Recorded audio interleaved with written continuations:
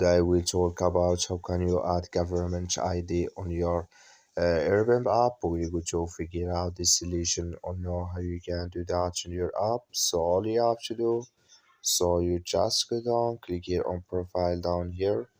So when you click here on profile, it's going to take you to this list here.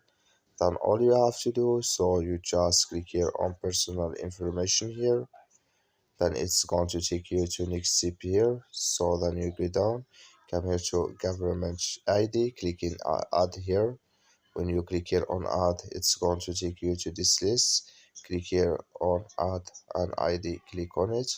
So then it's going to take you to this list, and here you select here an ID type to add, and here you select if you want to add your drive license or passport and DG card. So then you click here on continue. That's all you have to do. Thank you for watching. Don't forget to support us by liking, subscribe.